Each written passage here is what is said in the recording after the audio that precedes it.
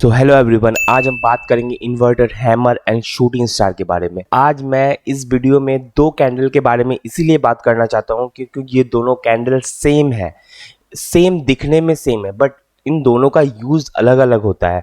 मैं एग्जांपल के तौर में आपको दिखाऊंगा।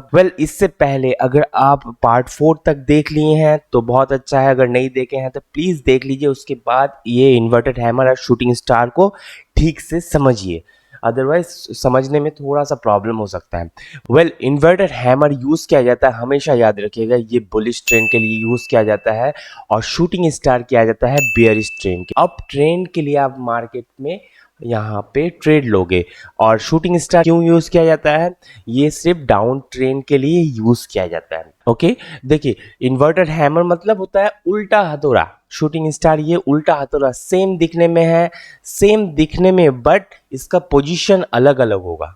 मतलब ये जो हैमर, इन्वर्टेड हैमर बनेगा, वो उसका पोजीशन कुछ अलग होगा और शूटिंग स्टार का पोजीशन अलग होगा। तो मैं आपको रूल्स बता दूंगा किस तरह से यूज करना पड़ेगा। मार्केट, सबसे पहला मैं कुछ रूल्स बताता हूँ, उस रूल्स को फॉलो कीजिएगा हमेशा। सबसे पहले मार्केट एक बेयरिश ट्रेंड में होना चाहिए।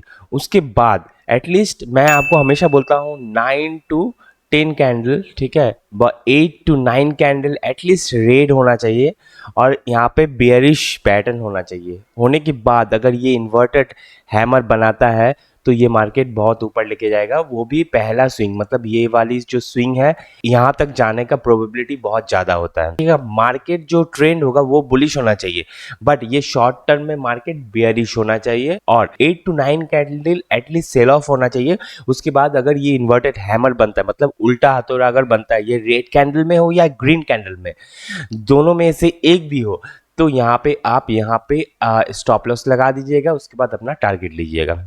अगर यहाँ पे आप देखो कि मार्केट पहले बेयरिश होना चाहिए, मार्केट ओवरऑल ट्रेंड जो है वो बेयरिश होना चाहिए। उसके बाद अगर मार्केट यहाँ पे टॉप पे एक शूटिंग स्टार बनाता है, तब याद रखिएगा मार्केट एक बेयरिश ट्रेंड जा सकता है। ओके, ये बात समझ में आ गया। देखिए, यहाँ पे भी एक शूटिंग स्टार बना है। अब मैंने आपको ऑलरेडी बोला है, ग्रीन हो या रेड हो, मतलब ये जो है इसका मतलब होता है, याद रखिएगा, कि मार्केट गया था, बायर ने उनको उठा के लेके गया, लेकिन जो ऊपर में सेलर है वो उनको फिर पुश करके एक हैमर बना दिया, मतलब यहाँ पे सेलर का कंट्रोल आ चुका है। तो सबसे पहला रूल्स क्या है शूटिंग स्टार के लिए? ये मार्केट बेयरिश होना चाहिए, ओवरऑल मार्केट बेयरिश होना चाहिए। और जो शॉर्ट टर्म में सेकेंड रूल क्या है? जो शॉर्ट टर्म है मार्केट यहाँ पे बुलिश होना चाहिए, शॉर्ट टर्म में बुलिश होना चाहिए और लॉन्ग टर्म में बेयरिश होना चाहिए।